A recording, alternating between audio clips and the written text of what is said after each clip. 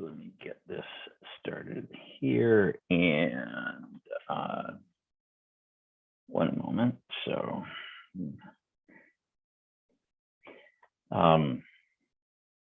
okay.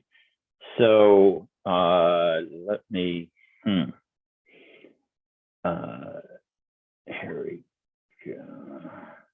Sorry, I've just got to remember how to both see my presentation and share the screen at the same time. So let me go ahead and do it this way. This is going to be awkward for a moment, but then we'll be sharing you, but then we will move over to the presentation. So I should review these things before I start. So I'm glad to be able to do this.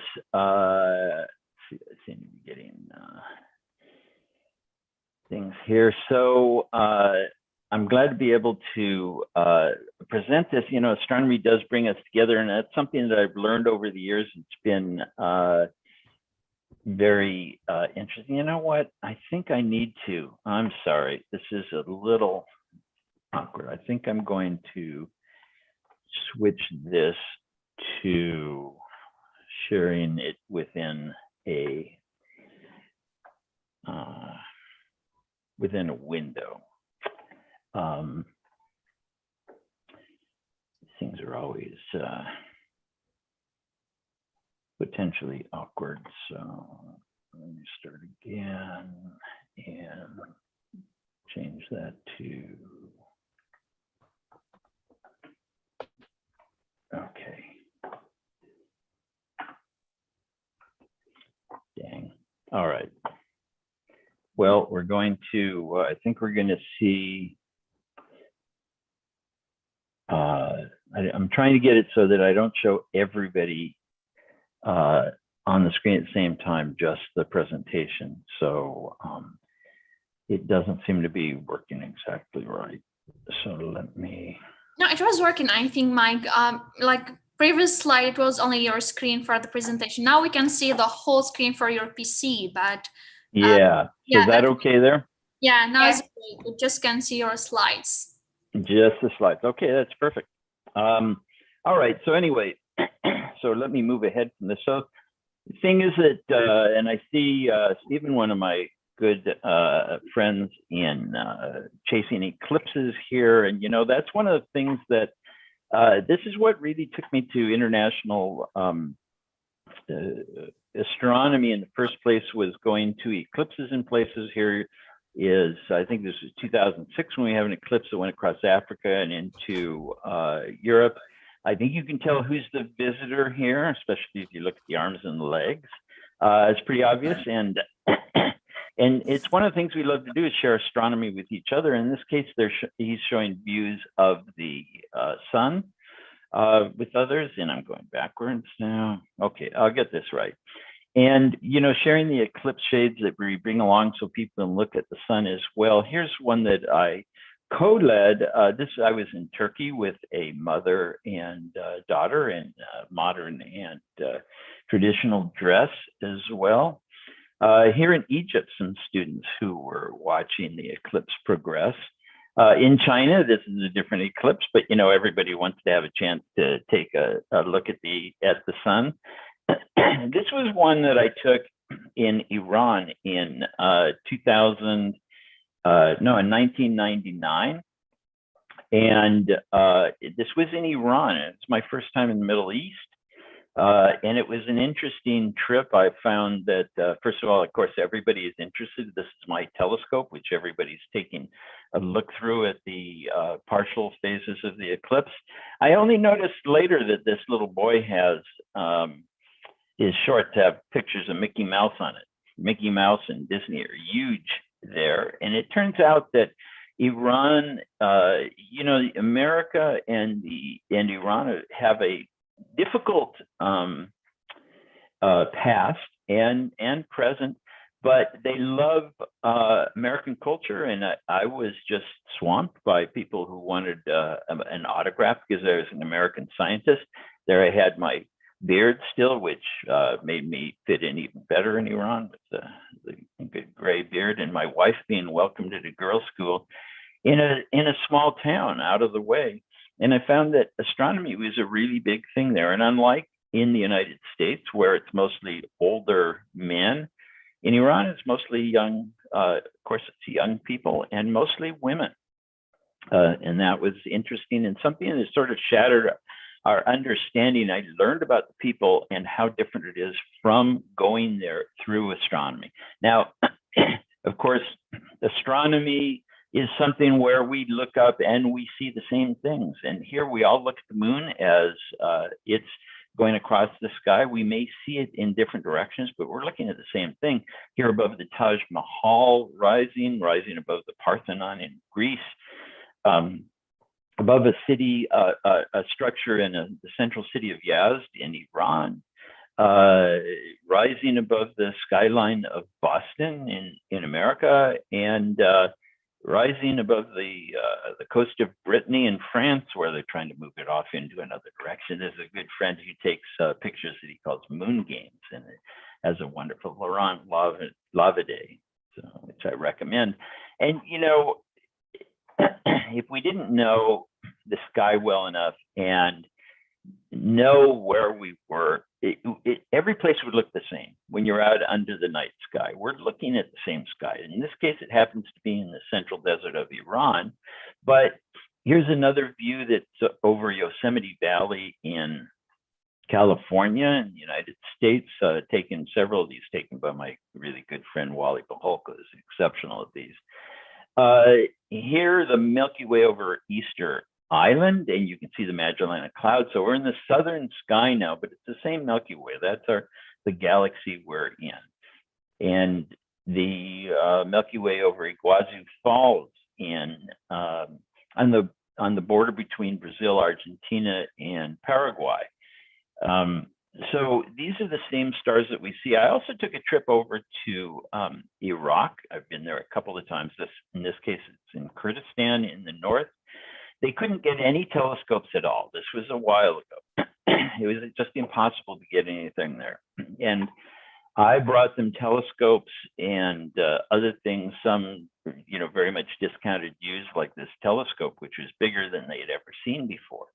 And they were doing outreach. They didn't have anything to do it with. And there were all kinds of other things that I brought along as well that were gifts, these big binoculars, cameras, the solar telescope there, which I like because you can see he's holding it like an AK-47 there, and that was a common stance of people that you'd see soldiers around guarding buildings and so on. Now I'm seeing, let me ask you, I am seeing the Zoom stuff at the top of the screen. Are you seeing that or just the slide? Hi, Mike. We're gonna manage that. Don't worry. People are joining in the meeting, so we're gonna handle that. No worries. Just keep okay. But I mean, I'm seeing buttons and things on my screen. Is that appearing for you? Yes, it is. Yes. Yeah. Okay. So that's what I wanted to try and get rid of by maybe getting this down to not full screen or something. Maybe this can be moved over. I want to get it out of the way. There we go. Okay. Good. That's what I wanted there. Perfect. Okay, so at least we can see the title now. So this was 100 hours of astronomy. We don't need that. This was, for those of you who are younger, don't remember, the International Year of Astronomy. I co-led this with Douglas Pierce Price of the European Southern Observatory. And I led the part that had to do with observing really everything having to do with telescopes and so on. Douglas did a live tour of observatories around the world for 24 hours. It was extraordinary. But, we had the biggest thing for me, and something that had been just a dream, was a 24-hour global star party. So we had people around the world observing the moon, but sharing it. So this was a star party, a public star party, where people are out with their telescopes on the sidewalk, showing people, most of whom, of course, have never looked through a telescope before, and showing them the sky, sharing it with them as people do. And I just realized I can do this over here as well. And now, there we go. Now this is what I wanted. Nice and cool. And so this, we had perhaps as many as 1 million people looking through telescopes on this one night. And you can see that we had 2,400 registered events, but I know because there were so many that were doing this on their own, registering it, that there were really much more than that, maybe 10,000. This is all because of the amateur astronomers coming out to share the universe with the other people in their countries. And, you know, this is that telescope I had taken to Iraq with me being used, somebody in traditional Kurdish dress and others. And, you know, this is a misconception for those of you who aren't used to going to the Middle East. Well, Tunisia is pretty close. So, and you know, of course, well, when I show Americans and others, they don't realize that, well, the women aren't all wearing hijab and so on like this, that people choose what they want to do in almost every country. And, you know, this is an eye opener for most Americans. In Baghdad, where it was in 2009, very dangerous time to have a crowd, but they said they were going to go ahead with this. This was during the daytime, looking at the sun. They had 500 people there for it. In Bangladesh, they did their own thing. I never remember where this was, but I loved the teacher with the girls and the coat with the stars on it, talking about it. This is in Nepal, in Kathmandu, and that date is wrong. This is just another time. This is from India.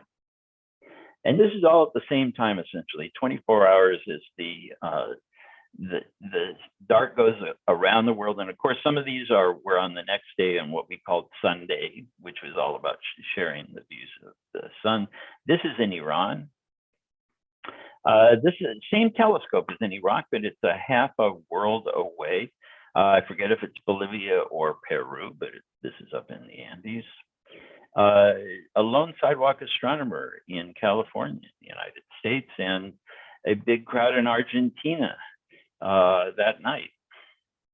And, you know, everybody wants to get in on the act and share. And this is in Brazil, where the young girl wanted to share as well. And this is why we do it, right? For all of you who are doing public outreach, this is why, because this view through a H-alpha telescope looking at the sun, a young boy, just a look of amazement. Now, where is this? You know what? After a while, you realize it doesn't matter. This could be anywhere, and you can tell from the clothes or the skin or something else, maybe, and narrow it down. It happens to be in Romania, but this point is that this could be anywhere in the world because we all have the same reaction to this, and we are all looking at the same thing, and we're all living under the same sky. So there are some really good programs that have taken place. Unfortunately, this isn't happening right now. StarPeace was started by students in Iran. Student programs can be fantastic. They're passionate, but, you know, students go on to grad school or postdoc or something else, and you know, they don't go on after that. But this is what was done now. When I was in Astronomers Without Borders, which I haven't been for about 1.5 years, but this is way back in the earlier days when the Philippines was doing this with Vietnam. StarPeace was meant to have star parties across the borders, neighboring countries. And it was really great because they did things, for example, with India and Pakistan, where they were on either side of the border and could see each other and talk on the phone. But, you know, it's a highly militarized border because the two countries don't have good relations. But there are several other countries like this, and there were times when of course, the relations were good and they just got together this way. Yuris Night is another one, and you guys might celebrate this in Tunisia. This is all about celebrating the anniversary of the first person in space. This is about space exploration, but of course, you know, the telescopes were space explorers too. We go farther out than the astronauts do. I mean, we're looking at planets, we're looking at other galaxies and so on. And Yuris Night is celebrated all around the world, and it's more of a party where people get together and jam. I think this was maybe in the US. I don't remember. This one looks like it's not in the US, and I'm sorry, I don't even remember anymore where this is, but this looks like it was in Asia. And I'm not going to guess which country because I'm embarrassed when I get it wrong. But this was even celebrated on the International Space Station. And so, and there you can see Ron Guerin, who's a friend and a great guy who's doing the same kind of thing that we are all doing here, but from the other direction, from the view from space back at Earth, holding a picture of Yuri Gagarin and the others on the space station there. And they're orbiting above everybody, and we'll get into something more about that. So the thing is that astronomy can be used not only to recognize that we're on the same planet together, as Buckminster Fuller said, we're all passengers on spaceship Earth. And some people have changed that. I think it was Marshall McLuhan who changed it to we're all crew members, because we have to take care of the planet. There is maintenance to be done, and especially now with climate change and pandemics and so on, we recognize that we have to take care of the planet. Nobody else is going to do it for us. We have to do it. This is our ship going through space. And if you ever wanted to go through space, go to space, well, you're there. You can look up and see that we are traveling through the stars together. One of the things that astronomy can do is bring science to places and people who otherwise wouldn't have the same opportunities. In Tanzania, they say education is the path to a bright future. You can see here a very simple classroom. It's got one poster, which I'm pretty sure was brought from outside, probably by Chuck Greeley, who started this program. The teachers usually in rural places don't really have any training in science. So astronomy is something that everybody is interested in. And the students and the teachers, it's accessible. When you think about a place like this, they obviously don't have a chemistry lab. They don't have a physics lab, but they have an astronomy lab. And in fact, in this place, which is in a very rural area, their astronomy lab's is better than ours is in most Western countries where we have light pollution and we can't see the stars as well. They have got a dark sky. They're right on the equator there. And so they've got a spectacular astronomy lab, and it's there for everybody. It doesn't cost anything. And it takes nothing but a small telescope like this. Naked eye even, but even with a small telescope, there's so much that you can do. This is Chuck, unfortunately is no longer with us, who started this program, which has led to an educational observatory now on the campus of a school near a game reserve, where they have to worry about things like elephants walking through at night and so on, a little different than what we're used to here. This is a, oh yes, of course, this is one of the groups in Sagan who received the telescope that you can see over there with the signatures on it. And this was provided by, I'm not even going to try and say it in the original language, but this is Stars Shine for Everyone, now a part of the IAU's Office of Astronomy Outreach, as probably most of you know. And this was, I'm just flabbergasted and honored to say that I was asked to put my signature on there with Nobel Prize winners and so on for this year's edition of it. And this was started by a person who's just a real hero in astronomy outreach and bringing astronomy to everybody. Jean-Pierre, I won't try to mangle your last name, but Jean-Pierre is here with us. There he is, down at the bottom there. Hey, wave hello to everyone, Jean-Pierre. Whoops, I got there. There he is. Now, he started this program, and it's the same kind of thing as what others do.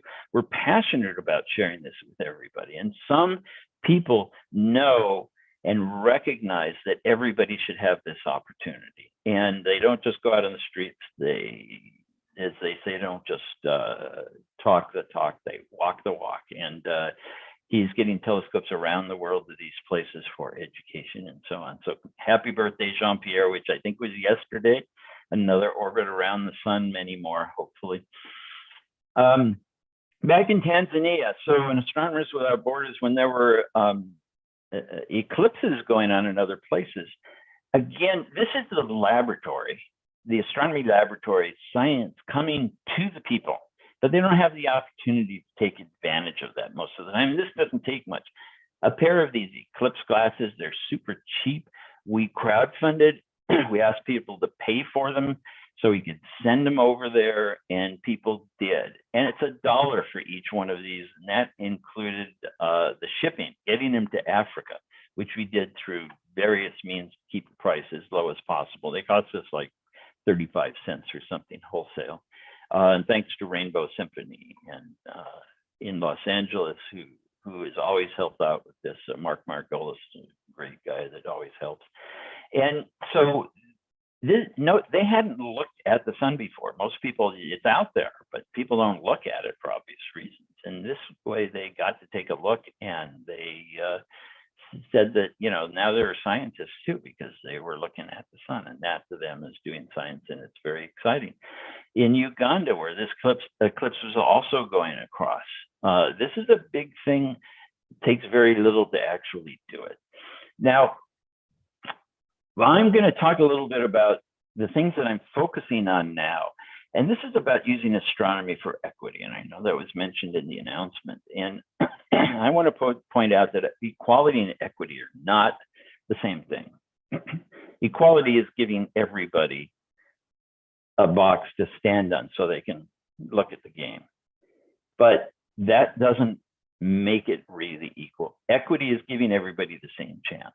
It doesn't mean giving away things and making it, giving people something they don't deserve or any of those things. It just means giving them the same opportunity.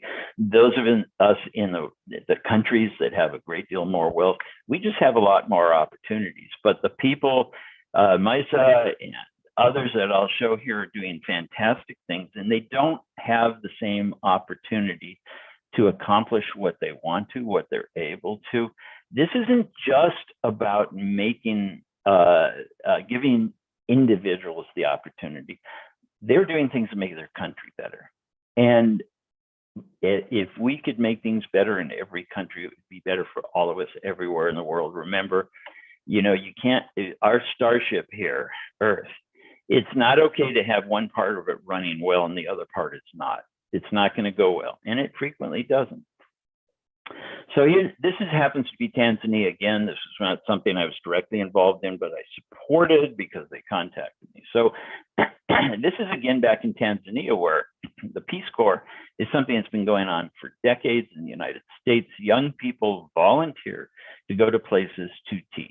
And this young person was in Tanzania teaching at a school there, and he was teaching science of different kinds, and he wanted to do astronomy as well. So we helped out where we could. And these are the reasons that they wanted to study science. And it was for all different things. Now, nobody here said, I want to be an astronomer when I grow up, and that's fine. But I have met people who said that looking through a telescope is what got me interested in science, and they went into science. Doesn't have to be astronomy, it doesn't matter. Astronomy is unique in that it touches on every science. We have astrobiology, so it's about life, geology, technology, engineering, math, obviously all of these things, astronomy touches on them, and it's a starting point, an entry point. Now, this is really one of my favorites. AWB Nigeria started this program. Olayinka Fagbemira and her colleagues, she is at the Nigerian Space Agency, and they've started this group to use astronomy to introduce science to girls. Why? Because in their society, most of the girls don't even realize they can go into science if they want to. So they're not only role models, but they're showing them some things. And obviously the men are involved as well. But just to let them know, this is for you as well. Stars shine for everyone. Science is for everyone as well. There are optics, there are different kinds of things that introduce them to it. But they also have gone to the north of the country where there are refugee camps, internally displaced persons, fleeing from Boko Haram. And they want to do something for the kids that introduces them. Well, once again, everybody loves science of one kind or another, and astronomy is the one that everybody really loves. And look at these are refugee kids living in camp, but look at their faces. I mean, it gives me so much pleasure just to see something like this, and the people looking through telescopes. And this was something that was built there with solar panels and so on. So it's sustainable, and it will be there. So this isn't just a one-time thing. We can't go out and just say, here, look at the stars, and then take the telescope and leave, and that's the end of it. These things, I don't know if the telescopes stay, probably not, but these things can be done in so many different places to allow people to have a connection with science. Science is just the study of nature, and it's all around. But, you know, in these circumstances, and even most of our circumstances in wealthier countries, we don't really recognize that it's there. How many people look up at the sky and realize that there are planets and things they can see? They don't know. This was after the hurricanes in Puerto Rico a few years ago. And the schools in many places were devastated. And these are schools that's run by an organization, but they are generally in the very poor areas, rural areas. The island was devastated. The power was out for a very long time. I mean, when I went there a year and a half, 2 years later, it was still just a disaster. And here they are cleaning up in one of the schools. But what we did was we again raised money just through crowdfunding and told people, look, we can give these kids something in their classrooms that they can do that's going to give them a lot of fun, a lot of interest, a lot of education. This is one of the members of the Astronomical Society of Puerto Rico, who we arranged to go to the schools and do these programs. Because again, the teachers don't know how to use the telescopes. They don't know anything about astronomy. They're interested. So there is a collaboration of a few different organizations here to make sure that this would continue. And again, these were very easily funded. We sent 20 telescopes. And when people have the opportunity to do this, they can just, it's very simple. It doesn't take a lot of money from these people for these small scopes. We had a lot of help from Celestron, who was a major sponsor for Astronomers Without Borders and provide telescopes at their own cost. So, and they were sold in order to raise funds for operating funds for Astronomers Without Borders. But in the case of things like this, we had permission to just buy them and at their cost, and so we could get them very inexpensively for programs like this. So Celestron has always been a big supporter. There are other ways we can bring astronomy to the people, and there are things like this. This is one of several. That bus in the background is the Astrobus. This is Ethiopia. Now, Ethiopia actually, I was there a few years ago, asked to come to a meeting there to present about astronomy around the world as well. And these Astrobuses take the astronomy to where the people are. So this, I don't know where this is, but there are many rural areas, of course. There may be planetariums in some places. There are very few that happen to be in Africa, but the people can't necessarily get to them. So astronomy, again, it's not just taking the telescopes to the street, it's taking them out into the country, out into areas where they don't have access to things like this. The first one that I know of that did this was Galileo Mobile, also a part of the International Year of Astronomy in 2009. That is still going, and they go to different areas. They take the bus to different areas and have a campaign where they go around to different countries in the area. But there are several that do things like this one just in Ethiopia. Now, Ethiopia, in fact, has a very robust astronomy and space science program.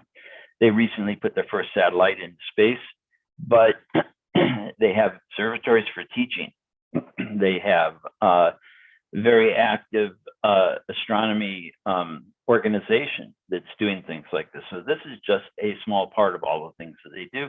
They're a leader in bringing astronomy to the people and using astronomy and space to introduce science throughout the country. This is government level and supported at very high levels in the government in order to do this. And I think I wish every country did this. I wish my country did this, because it excites the students, it introduces things. I mean, we should have astronomy in every school.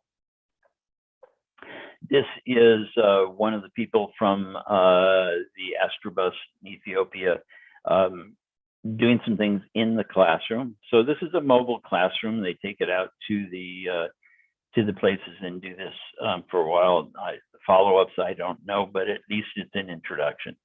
You see the interest here. This is not necessarily the case with other sciences. Astronomy is really the one that does this.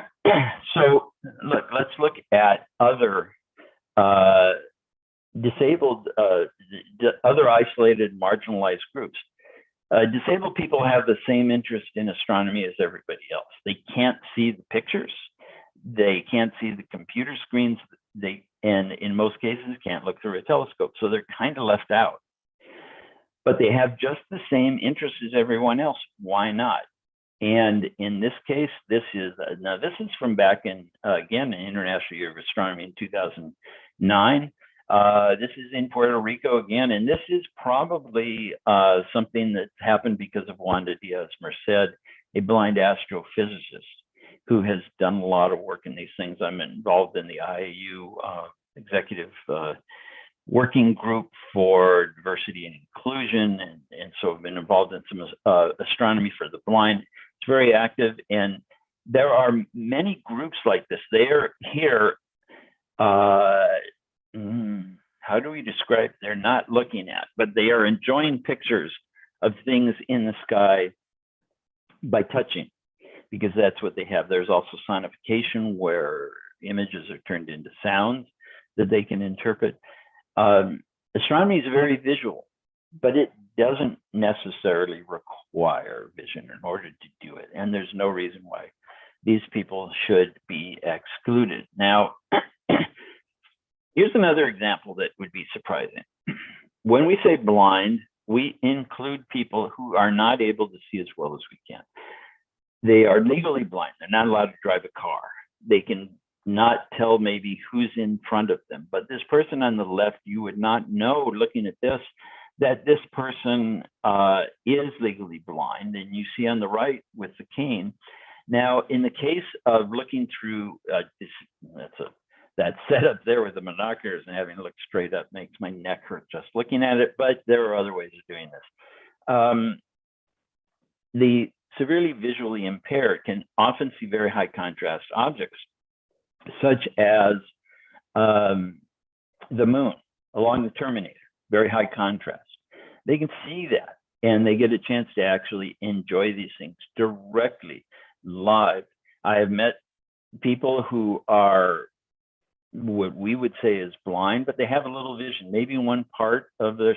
I was at a conference once about it was, well, this one was just about blind and visually impaired, and this was just before the eclipse in 2017 across the United States.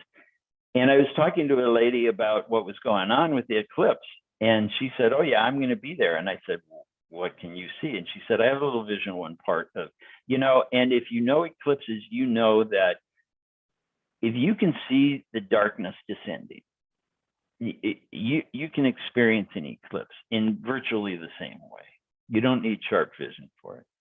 So these things have to be made available for everybody. Now, there are other things as well. Well, let me go on to this first before I go on to the other disabled. Now, this is a planetarium dome.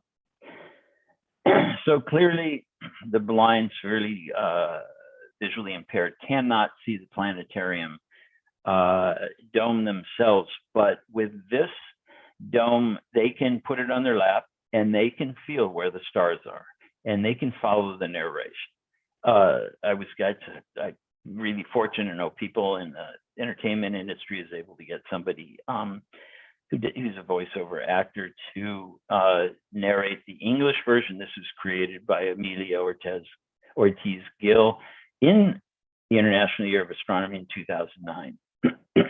And but so it was in Spanish originally, but it has gotten around to other places since then. We now have the English version.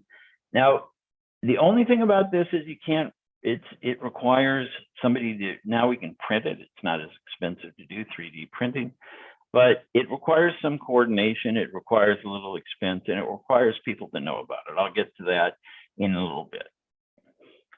Here's another example of astronomical images, other images that can be printed on what's called a Swell paper printer. This produces a tactile image, such as, well, this is not a great image here, so I'm not sure exactly what that is, but I've seen others. I should have found a better one of galaxies and things like that. Using this, we did a sort of a pilot one time where we had live observing, and people could follow along, and this is very popular with the narration and looking at the images that the astronomer was presenting that he captured with a camera on the telescope. That leaves these people out. But if they can capture it, it requires a little bit of processing, and print it, then they can follow along. So it's another way that this can be done. There are other things as far as the disabled, such as those in wheelchairs.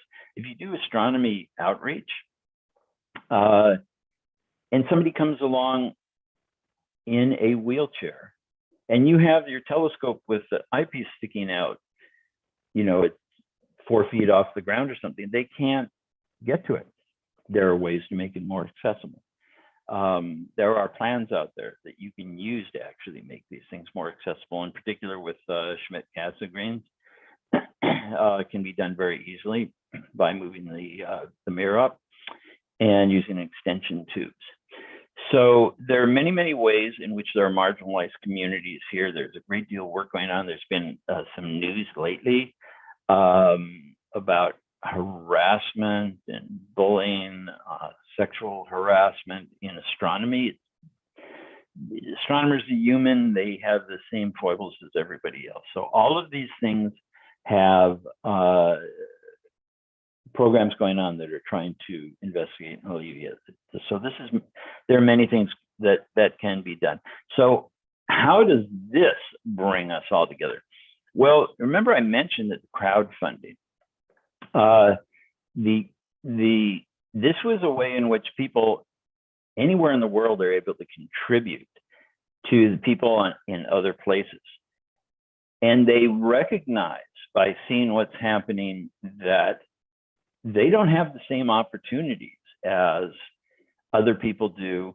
They're interested in astronomy. When I went to Iran and came back and talked to Americans about astronomy in Iran, I knew people who were very hardline about that evil country and what the government was doing and so on. But the people, just as we are welcomed as Americans in Iran, the Americans understood these are people that are into astronomy just like us, and they wanted to help them. So people to people is the way to do this. And by having the opportunity to participate in these things, it gives them a chance to connect with people. It's personal. They can say, this is my brother, this is my sister, and I want to help them because they're doing what I'm doing. And that changes perspectives. And we recognize that we're all out under the same sky. Now, one of the other things here is, I'm involved also with the space community and what's called the overview effect. This is about space and looking back at Earth.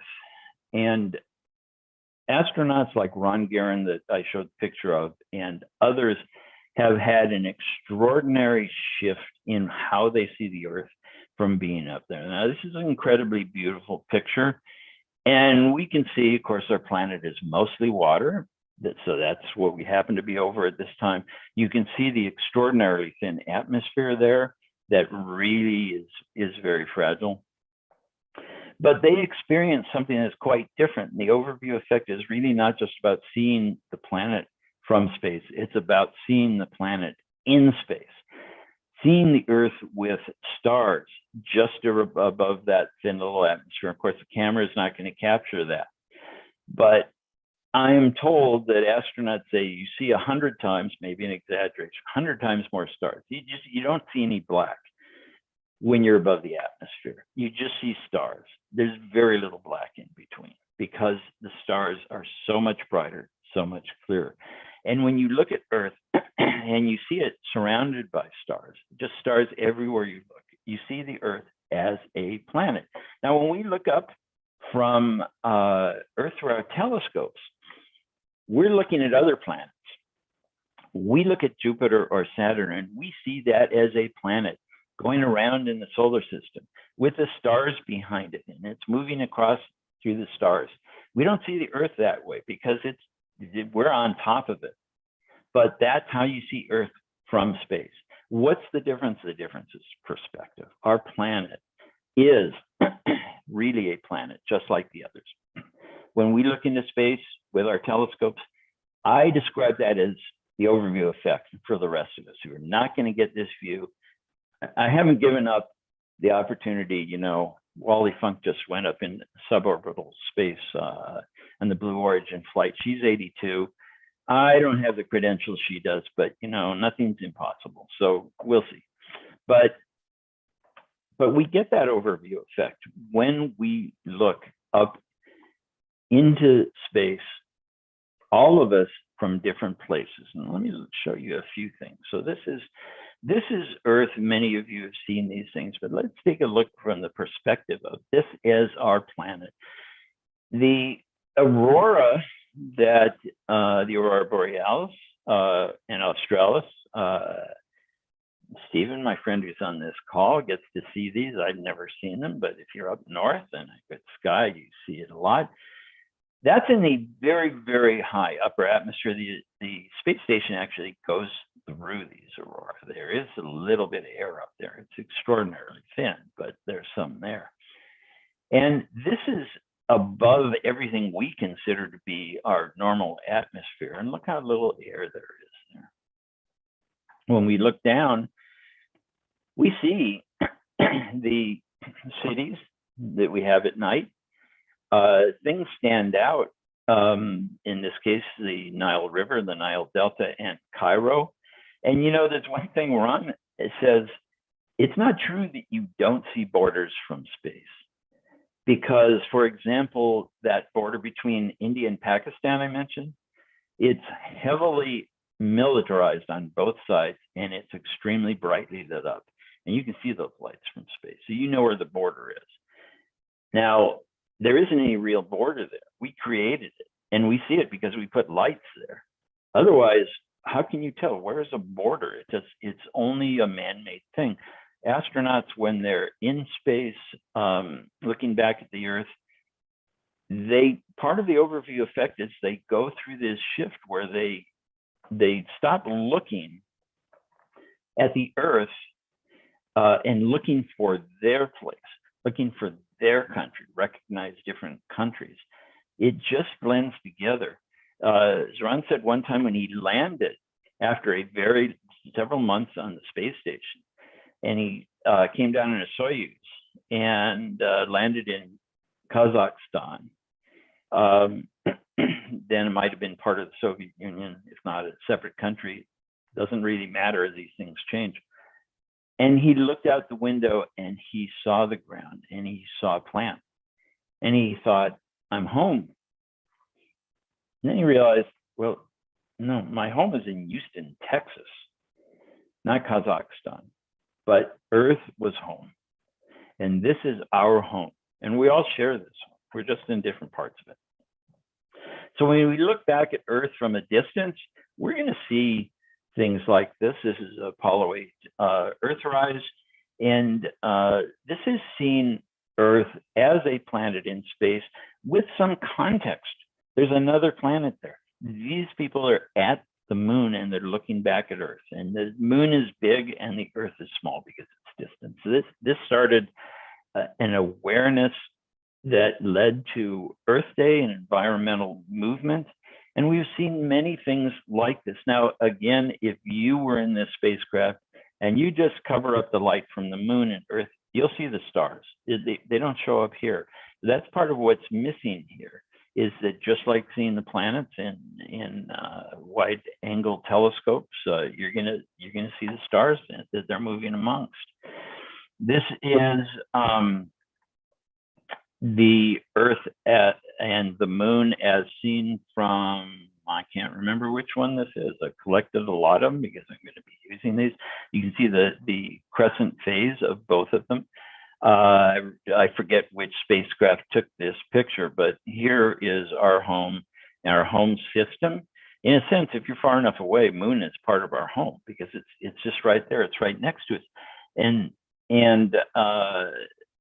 if you go far enough off, you get this. And this is, of course, the pale blue dot that Carl Sagan talked about, and it is barely visible in this. It's 1 pixel, but this is from Voyager 1, out on the outer edges of the solar system, looking back.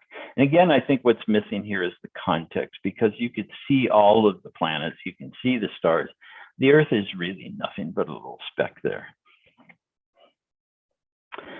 And what do we get from this? Well, from this perspective, we get this. You can see the people talking about us and them.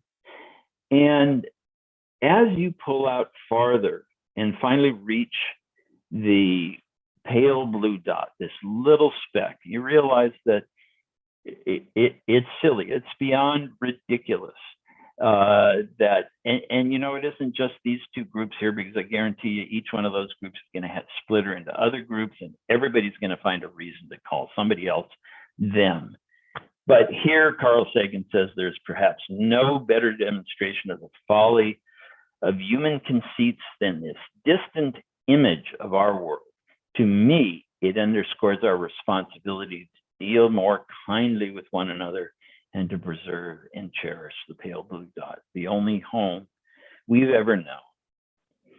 And astronomy gives us that perspective when we look up from all over. Well, let's take a look at some of these things. Here we have, here's a separate spaceship. This is Bruce McCandless, the only time anybody's been untethered in space by himself in this little rocket pack. And then here is the, why did this do that? So here's a picture again taken by Wally Paholka from top of Mauna Kea in Hawaii with the observatories there. And looking out at our galaxy, this is our home galaxy. We can define home however we want to. This is where we are. This is the center of our galaxy. It happens to be spread out horizontally here so that we can see it, unlike the other Milky Way images. And right in here, that's the Milky Way. This is our home. This is our home in space. This is part of it. These stars are our neighbors. Astronomy gives us this perspective. And this is how, as the overview effect for the rest of it, it brings us together and does teach us to treat each other more kindly and to take care of our planet as fellow crew members on Spaceship Earth. And with that, I will stop sharing and see if there are any questions or anything more that anyone would like me to go into, because I always have a lot to say. Thank you so much. Yeah, thank you so much. It's really amazing, mind-blowing, magical, how astronomy is really connecting people all over the world, and it's just amazing. So we have questions. There is a question about how politics can help implementing astronomy in some countries. Well, of course, politics is what really messes things up. You know, these countries that aren't getting along with each other, as those of us who have a chance to go to different places, as those of us like Stephen, a fellow eclipse chaser, as Jean-Pierre, who does work in countries all around the world, know that it is the governments that mess it up. People to people, we recognize that we're the same. We're inside. We don't have the same opportunity. We aren't in the same place. But the governments are there to actually help. That's what they're really supposed to be for. And I think getting the politicians and the government to do something like this is not easy. But those like Ethiopia that were convinced that astronomy and space science is going to help their country, and they have been doing this for quite a long time now, they can implement these programs. And it takes very little. I mentioned how a lot of these programs are supported entirely by very small donations from a very small number of people. The biggest resource we have is all those amateur astronomers out there that I have used to implement these things, that Jean-Pierre uses, that other people, just giving them a chance to do something. Now, I haven't talked about my future plans that are coming up very soon, Astronomy for Equity, but it involves all of these things I've been talking about. This is exactly the purpose for it. And we have the ability to just use the existing resources, the amateur astronomers, the teachers, the interest in astronomy. It takes very little to do this, but it takes somebody to do it. Now, the governments can do it in their own countries. One of the things is, and maybe others here, like Jean-Pierre, have experienced this, you give a telescope, you visit there, the government takes notice and says, hey, we got to help these guys. How much does it take to do that? Yes. You know, you encourage people. And so what I'm going to be doing is creating a hub for things like this, where people can get involved and they can take part and make these things happen, because everything I showed here is easy to do. It doesn't take much money, but the governments can play a huge part just by facilitating. This is not like building a giant telescope that costs $1 billion. We're talking about thousands of dollars. Great question. Yes, the second question is, what is the solution if astronomy courses does not present in local and national universities? Like here in Tunisia, for example, we don't have disciplines just for astronomy. They just study it as chapters in Oop, I'm losing you a little bit there. So sorry, I didn't quite hear the last part of it, but I understand, yes, in Tunisia, at the university level, maybe there is astronomy. And I know grad students who left their countries because they didn't have educational programs. Yeah, okay. I'm getting part of your transmission here. This is like communicating with the moon. There's getting a delay where you freeze and then you come back. So I'll go ahead and Mike. yeah. We're losing you, Alpha. Sorry, because of the weather okay. here, it's going to be rainy. Oh, really? Is that sorry. right? Yeah.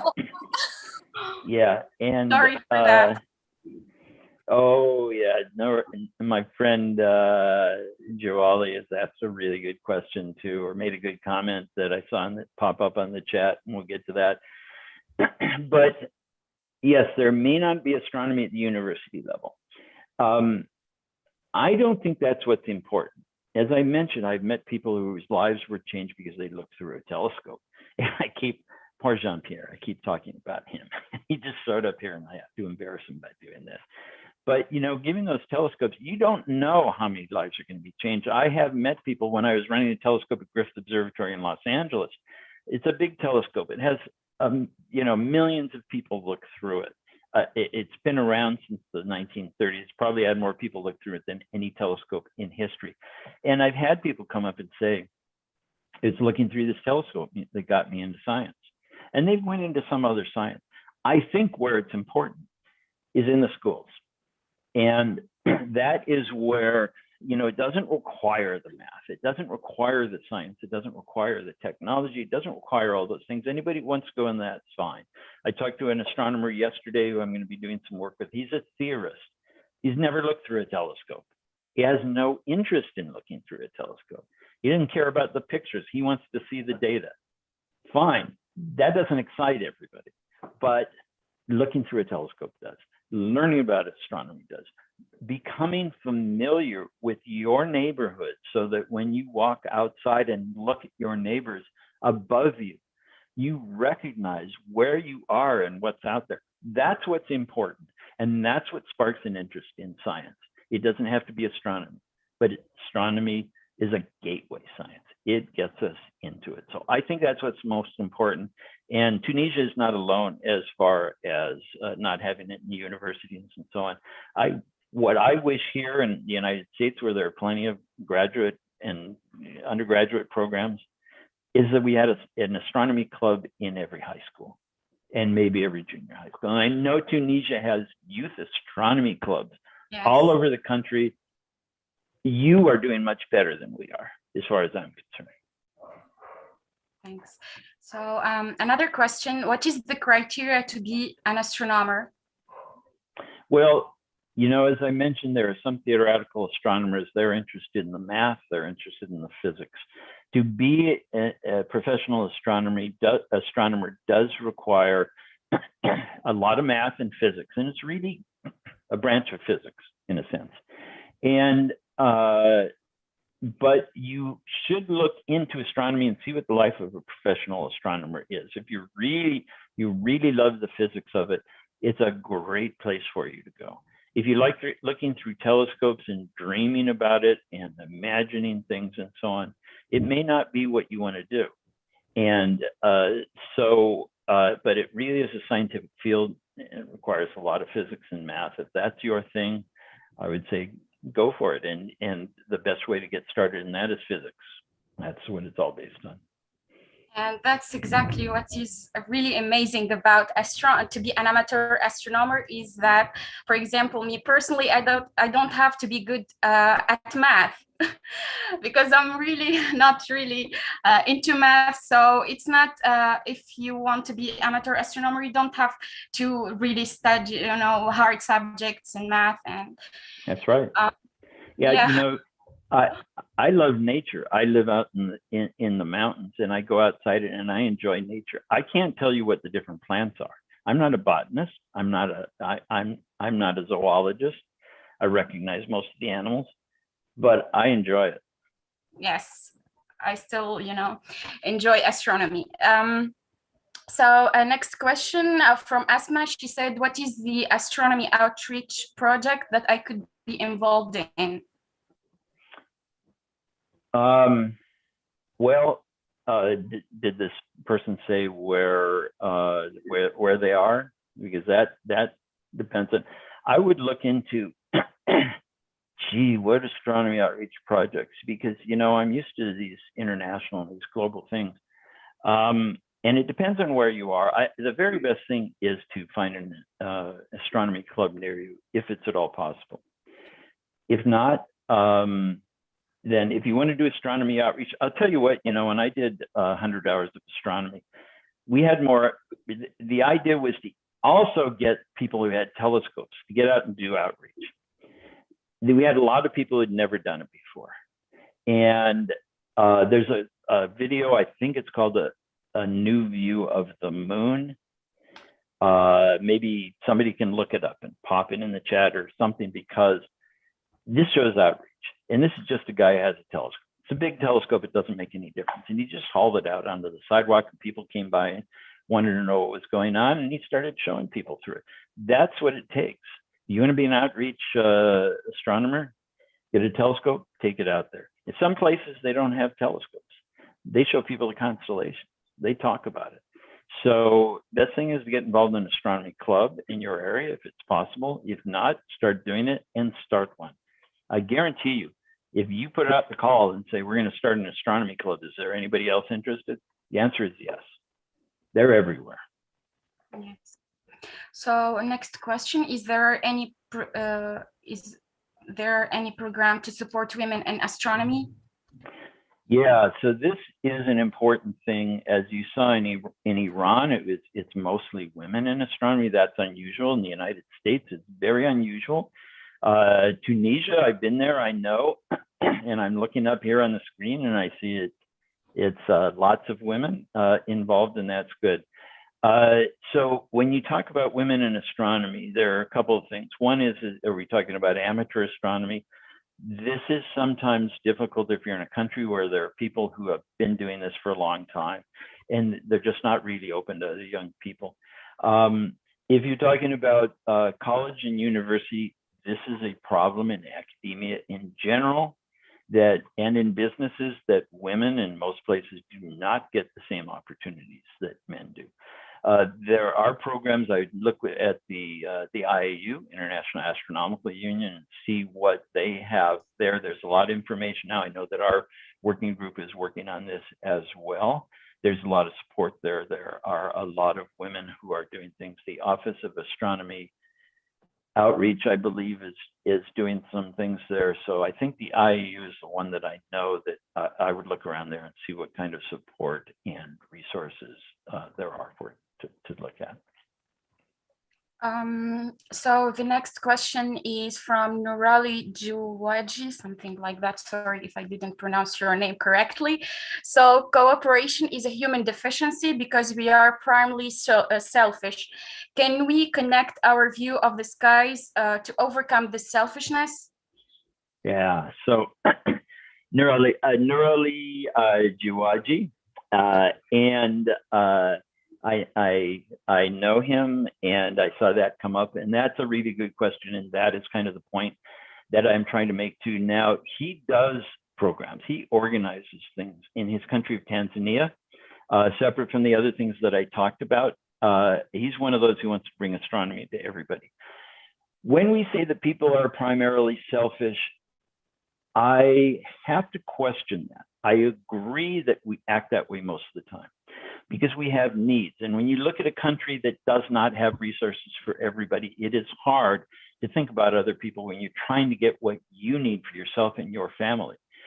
And that is natural. That is survival. We have to do that. But one of the human needs that we have is to connect with other people. We are social animals, and astronomy can be used in that way. When we do outreach, when we have a club where we share what we are interested in with each other, that is what brings us together through that common interest. Astronomy can be used that way. And as I point out to Dr. Jawaji, that during the presentations that I had, that we even connect from the wealthier countries to the countries without those resources by allowing those people to connect and help. And this is a human need as well, and we have to foster that. Astronomy, I think, is one of the very best ways of doing that.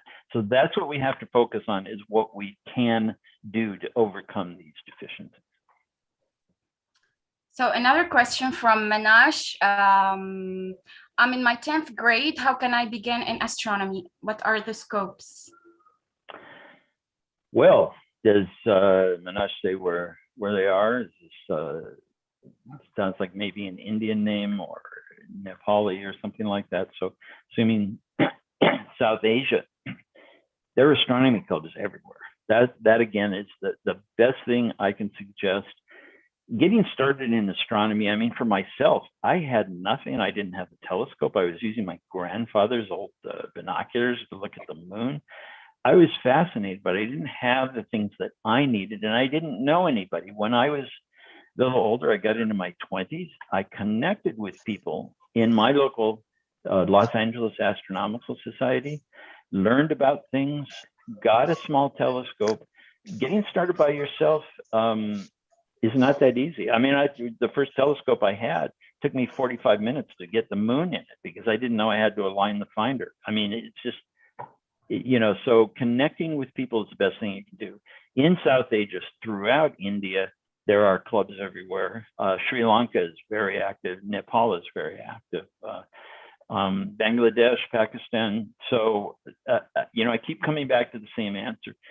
There are more resources than when I was young, obviously back in caveman days. But, we have the internet now, and there are lots of resources you can find too. And start looking and see what's of interest to you. But sharing it with somebody else, I think, is the best way to go. And if you don't have an astronomy club near you, grab a friend who's interested and do it together. So there is, this is just a comment, another challenge by Nurali. He or she said, sorry, another challenge we face. He said another challenge we face is getting people to give up their personal time and even more than night time for astronomy outreach. Yeah. Well, so, this goes back to the passion that amateur astronomers have. And again, I'm talking here, the same is true for a lot of professional astronomers. I've known a lot of people who've gotten PhDs, young people, and said, I've decided I really want to go into education and outreach after going through all that with the PhD and doing all the science. But there are people who are passionate about it. And this is the thing, and I know there have to be, and Joaji, your country, and I think you're in Dar es Salaam, and the area better than I do, but there are people there. I know that because there are everywhere who have that passion, and that passion is what drives it. Because, we have a need to get food. We have a need to have shelter. We have a need for all these things. Look at what these amateur astronomers are doing around the world, and you see this is just as much of a need for them. This is a drive to motivate people. This is really about giving them the opportunity. I know that a lot of people have other things and they have things going on at night, and it can be very difficult if you have too much going on. You have family and everything else. But there are people who are passionate about it, and you can't convince somebody who's not interested to do it. You have to find the people who have that passion or grow that passion by giving them the opportunity. That's all you can do. You can't, we have a saying, you can lead a horse to water, but you can't make it drink. If a horse is thirsty, it's going to drink. So you provide the water, and that's all you can do. Okay, so the next question is by Manaj. What is the future of astronomy? Oh, well, I think the future of astronomy is incredible. We are living in the golden age of astronomy. These gigantic telescopes, when the largest telescope when I was young was a 5-meter telescope, and that was the biggest in the world for 30 years. And now all of a sudden we have 10 meters, 30 meters, and everything else going on. Now this is about the science, and it fascinates the public. We have space telescopes. We have all these things coming down from space. We have rovers going around taking pictures for us on the surface of Mars and all these things. And that space exploration is as much astronomy as anything else, because you look through a telescope, you see Mars, a little dot. Well, we get to see it a lot closer now as the first the Mariner and now these rovers. As far as on Earth, I am hopeful that astronomy will become more available, more obvious. I think there is a very big move in many ways. For example, dark skies. I'm on the board of the International Dark Sky Association, and that effort was started by astronomers who wanted to preserve the night skies near Kitt Peak Observatory in Arizona. But now we are recognizing many other things about how it affects not only wildlife, but us, that it has a great impact on us, the artificial light at night. And astronomy is part of that. And one of the things that people are learning is that they have to pay more attention to nature. Astronomy is nature. It's just a part we don't really recognize. If you live in a city, there's a forest out there somewhere, but you've never seen it, it doesn't mean anything to you. You take a trip out to the forest, it becomes real. And now it's a part of your universe. When you look through a telescope for the first time, this is like living in your house and suddenly going out and getting up on top of your house and looking out at your neighborhood and realizing how much else is out there, how much you are a part of. And so I think with climate change, especially as we look more at nature, I think the grassroots of astronomy has a great opportunity. I think that's going to grow. It isn't just about looking at the pictures from the big telescopes and something that's exciting, but we need ways for people to be involved. Okay. Next question is a little bit, negative and pessimist somehow. Omkar said, is there any way I can join your team, because I don't want to live in the societies where no facilities for astronomy? Well, that's a problem. You can give people my email address. They can write to me if they want to, or I have a Facebook page. I have a personal profile. You can message me there, or go to my page. You can follow it there, and that's where I post everything. That's probably the best thing, is just ping me on Facebook, and I'll get back to you, give them my email address and so on. We are a little ways off from launching some of the things that we're going to do. There will be a place for everybody in that respect. As far as facilities, you don't need it, but it's helpful. And having a telescope gets people excited, and they pay attention. But get people out under a dark sky and look at the Milky Way. There is nothing that's more incredible than seeing that for the first time. These pictures don't do justice. So yeah, I'd be glad to have you contact me. There will, of course, be a mailing list and other ways for people to contribute and take part in their countries. And the most important thing is that this is all about grassroots. This is all about, just as the other things I've done, the people who are out there, including Ankur and others. That's what makes it possible. All we do, people like Jean-Pierre provides the telescope, doesn't do any good by itself. It's about the people and enabling them. What we do, it's about giving the people a little bit of a boost and connecting them together to make it possible. So sure, love to hear from you. Thank you. So here is another good question by Martin Joy. What are the challenges in astronomy outreach during the online setting or pandemic in general? How can we make it accessible to people in remote areas or no internet access? Okay, well, it sounds like two different questions, but they're related now. They're related in a way. So the exciting thing about astronomy outreach is not just looking at the pictures, but seeing things for yourself. Share that video with people. I'm pretty sure it's a new view of the moon. And you can see the difference. If you've ever looked through a telescope, you know the difference between seeing a picture of Saturn and seeing it in a telescope. It doesn't matter that what you see in a telescope is barely visible if it's a tiny little telescope. It doesn't matter. You've seen it for yourself. That personal experience is what really matters. During the pandemic, if you're not able to do that, there is no substitute for that experience. There really isn't. But there are many ways in which you can do outreach online. There are many more programs now for that. Observing, it's one of the things that I never thought was going to be very useful, because I'm a guy who likes what we call eye to glass. I want to have my eye at the eyepiece. I want to see it myself, not look at a picture. But people have always talked about using a video camera and showing something through the telescope, and you look at it on a screen. Well, I was wrong. That does excite people. That is something that actually does work, because it is real, it is live. It's not as good as what you see in a processed print.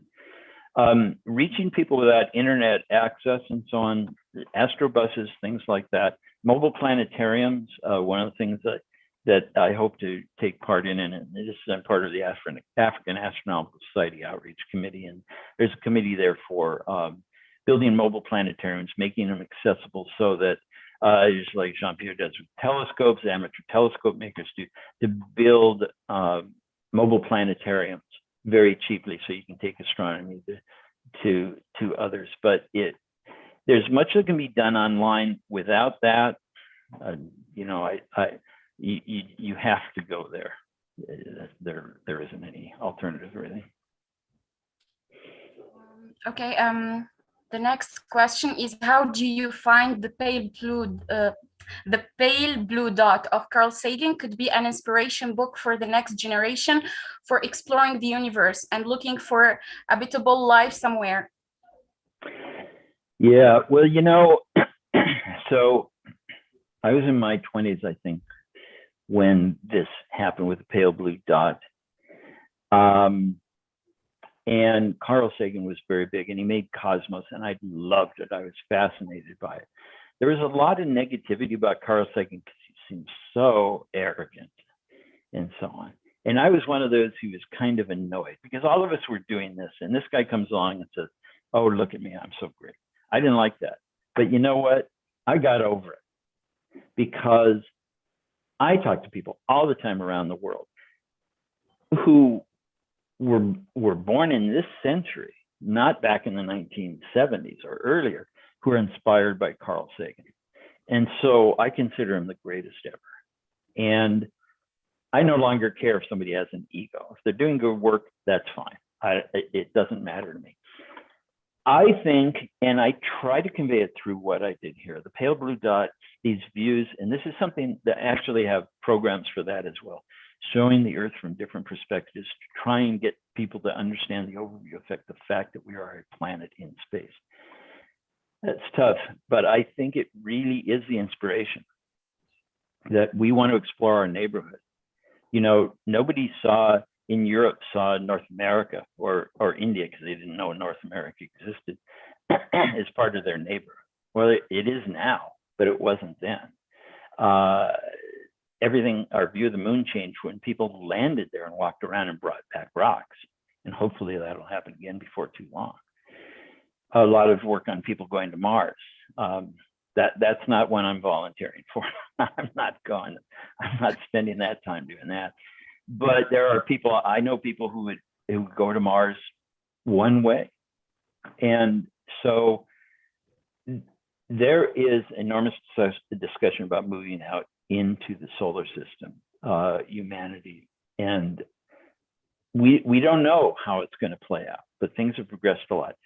I think all of these things and the view we get with our telescopes, as well as pale blue dot, are inspiration for that. And I think it needs to be played up more. Thank you. Another question by Matthias. Where do you see the future of amateur astronomy, especially astrophotography, in terms of the Starlink satellites? Oh yeah, Starlink, that's a big issue. The answer is nobody's sure right now. Starlinks make a big difference.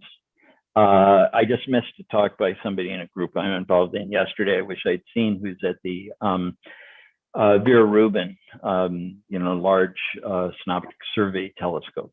I mean, this is just killing now because they're capturing all these things. And that's tough. Now, so far, somewhat to everybody's surprise, the companies have been extremely receptive to trying to solve the problems.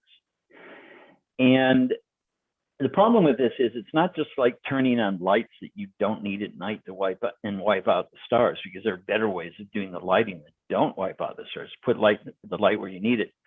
These satellites are providing internet access to people around the world.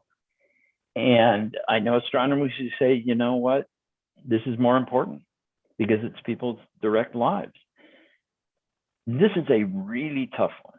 I don't know how it's going to play out. They've done a good job with it, but it's, space is part of what we use and what we need. And people say, what do we need space for? Well, if you talk on a cell phone, if you're watching this program live, you're using satellites.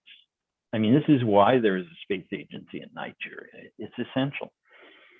So we need to use space. It's part of our environment, and it's a very, very important part, especially for climate change and everything else. So the answer to that one is I really don't know, but it is there's a lot of attention being paid to it, and I'm optimistic. Another question by Manash. What is your opinion about astrology and such pseudoscience? When will societies become free from such things? Oh, well, I think my view of astrology is probably easy to guess. It's historically and culturally interesting, but it is history. It's not real. Unfortunately, and if Manash is from, sounds like, you know, South Asian name, most of the people, almost everybody follows astrology, and astronomy is sort of mixed up rides on astrology. I know professional astronomers in India who are at Astrology Institute, because that's what it is. And it's unfortunate. And there is much more than just astrology. And we're having problems more and more in the United States, as many other places, with people who are denying the science, don't want to look at it. Instead, with some of the problems we have, such as with COVID, and grab on misinformation. That's really what's happening there. It's misinformation. Now, I know people in India who are countering that. They're doing lots of things to try and show people this isn't real. Things like when they have an eclipse and you're not supposed to be outside and you're not supposed to eat certain foods, they go outside and offer people those foods and say, look, nobody's dying from this, get over it. Education is the key. Amateur astronomers have the access. I think that's important. Yes, thank you so much. I think this is the last question, but I just want to share a comment by Elena. She said, let's fight light pollution. Indeed, so sad people don't even bore to look up. Taking chance to thank Mike and Astronomers Without Borders for their words, their open vision, but mostly their effective actions. So inspiring. I wish you will find your ride to sub-oriental flight one day. We got our ride today. Thanks again to organizers as well. Oh, Elena, thank you so much. That's such a wonderful comment. And I have to tell you that, you know, comments like that, this is what inspires me. This is what excites me. Just like that first view through a telescope that I had, and just knowing I can make a difference. I feel obligated to do it. Jean-Pierre's never going to stop doing what he's doing, neither are everybody else here, because you know you can do it, and you just feel like you have to do it. So, Elena, thank you so much. It's such a pleasure. So I myself want to share a quote by the American teacher and astronaut Sharon Krista. She said, space is for everybody. It's not just for a few people in science or math, or for, sorry? They're just hearing you for the moon, you know? I guess, can you hear me? Yeah, we can hear you for a few words. It looks like we are hearing you from the moon. So yeah, I'd like to highlight some words received from Stephen. He said about the eclipse in August 2 for 2027. So it's a beautiful total eclipse. We'll be crossing Tunisia and North Africa. Have you started conversation about this eclipse and how you might share it with the public? It's a good point, Stephen. So I think it's the right time right now to just start promote collaboration and project about the solar eclipse, because we're going to be really lucky for 2027, because Tunisia will be one of the country in North Africa in which we can see the beautiful total solar eclipse. It have been a long time we didn't cross a total solar eclipse in our country. And the second point, I would like to thank Matthias. So Mike today, he was talking about how astronomy could join many countries and also connect many people around the world. So I'm just looking here on the screen and I see people from all over the world, from Tunisia, from Italy, from US, from Belgium, from Germany, so from India. So I'm really glad to see that, and to see that, yeah, that's right, astronomy could be a link to connect people, not only astronomers and scientific people. It's just could connect even everyone, amateur astronomer, PhD student, people working in the university, and everyone.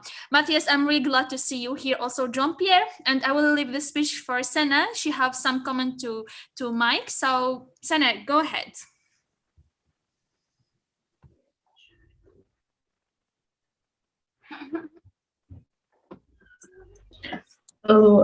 Thank you so much, Mike, for this interesting lecture.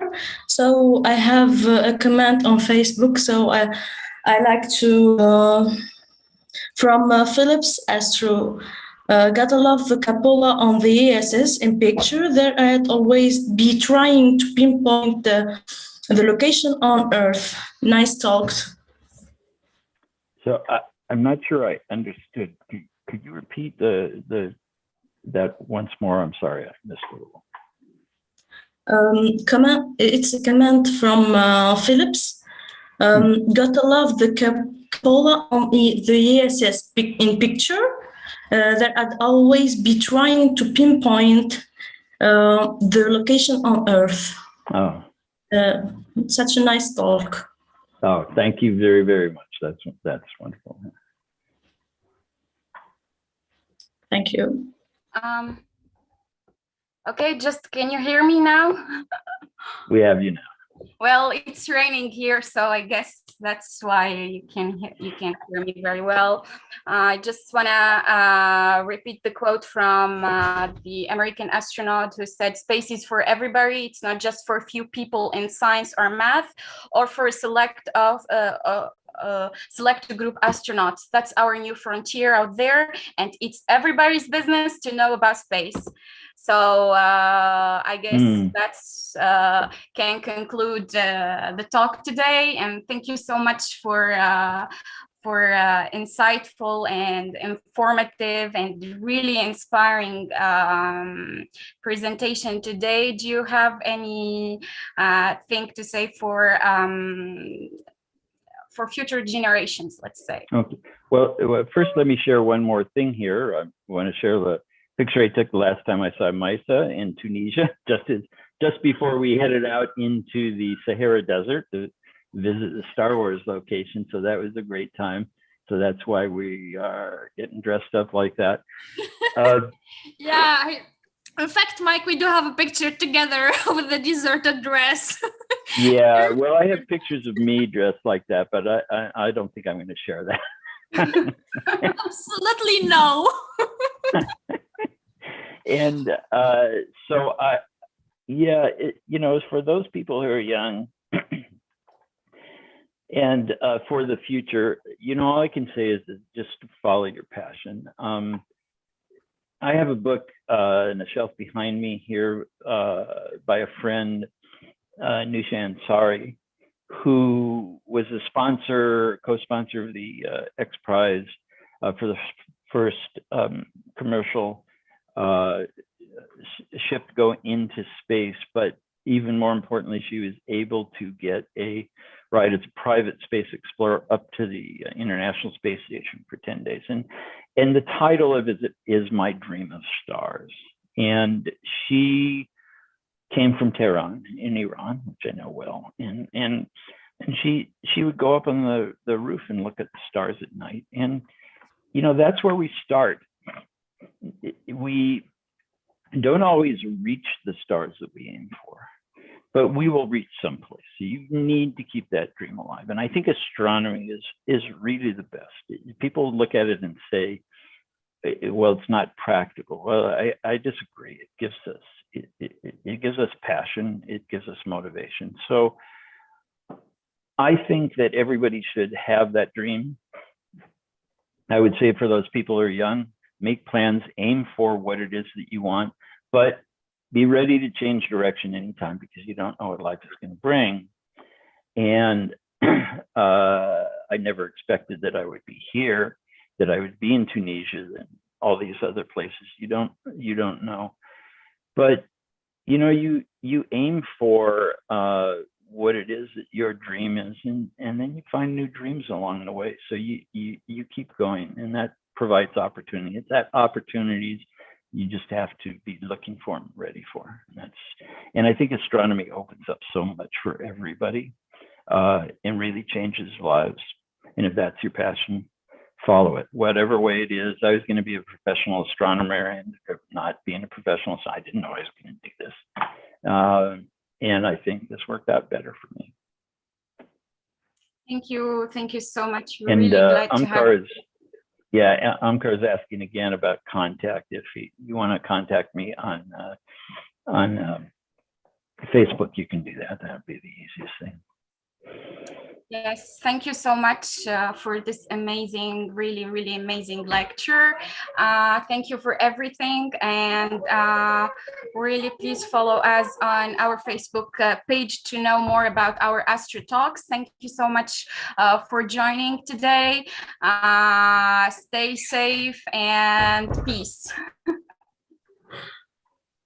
Thank you very much for this opportunity. It was such a pleasure and an honor. Thank you, everyone. Thanks. Bye-bye. Bye-bye.